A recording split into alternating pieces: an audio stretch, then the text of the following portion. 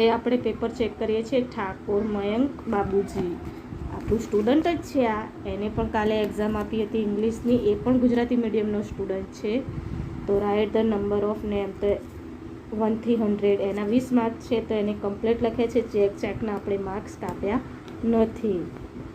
બાકી તો 1 થી 100ના સ્પેલિંગ છોકરાઓને કમ્પ્લીટ થઈ ગયા છે, જેથી આપણે ગુડ આપી અને 20માંથી 20 ચેકના માર્ક્સ આપણે કાપ્યા નથી.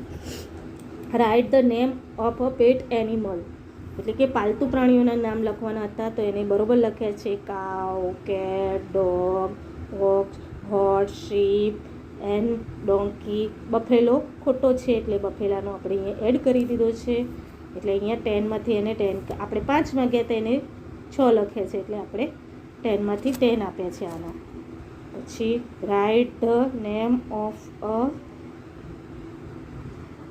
ફ્લાવર્સ.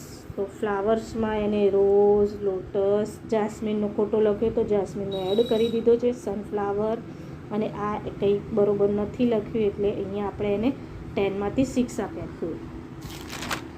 પછી માય ફેમિલીમાં એને સારું એવું લખ્યું છે. My name is Mayank, my father name is Babuji, my mother name is Bhagwatiben, my sister name is Sonal, my brother name is Anil, my grandfather name is Ramji. તો કંઈક એને અહીંયા ગ્રાન્ડફાધરમાં ખોટો સ્પેલિંગ છે, એટલે આપણે અહીંયા સાચો લખી એને બતાવ્યો છે. પછી my grandmother name is Lilaben. એ તો અહીંયા ગ્રાન્ડનો સ્પેલિંગ ખોટો છે, એટલે આપણે એ પણ એને બતાવી દીધું. My father job is self company. તો my father job a self company, તો એને કંપનીનો સ્પેલિંગ ખોટો છે, એટલે આપણે અહીંયા એને સાચો લખી આપ્યો છે. My brother job is self company, તો સેલ્ફ કંપનીનો ઉપર એડ કરેલો છે, એને ખોટો લખ્યો છે, એટલે એને અહીંયા રોંગ મળે છે. માય ગ્રાન્ડફાધર જોબ ઇઝ સરકારી નોકરી. એને અહીંયા સરકારી નોકરી, પણ અહીંયા આવે ગવર્મેન્ટ જોબ, તો અહીંયા ગ્રાન્ડનો સ્પેલિંગ ખોટો છે, એટલે અહીંયા ટીક કરી છે. અને સરકારી નોકરીના બદલે અહીંયા ગવર્મેન્ટ જોબ, એટલે અહીંયા પણ એની ભૂલ છે, એટલે એને અહીંયા બતાવી દીધું છે. અહીંયા એને 20માંથી માત્ર 10 માર્ક્સ મળશે. ટોટલ 60 માર્ક્સમાંથી એને 46.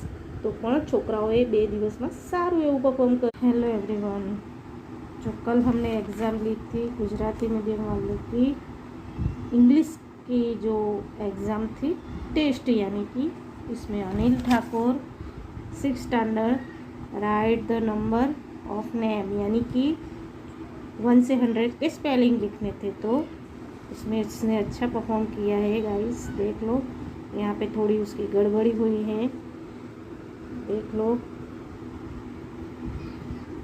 स्पेलिंग उसके 1 से 100 के कंप्लीट है. देख लो, HUNDRED 192.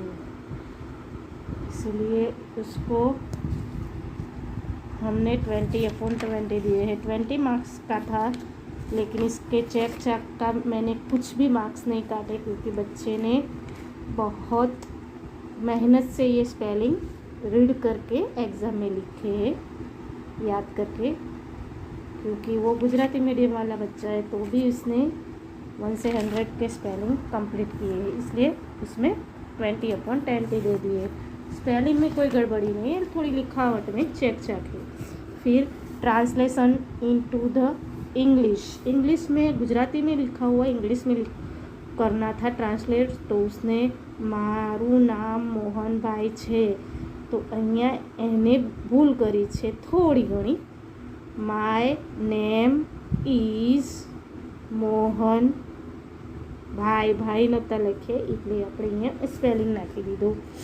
આ મારી બહેન છે, તો સી ઇઝ માય સિસ્ટર, પણ એને સી ઇઝનો સ્પેલિંગ આવડ્યો નથી.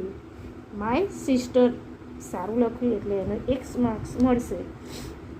હું શાળાએ નિયમિત જાઉં છું, તો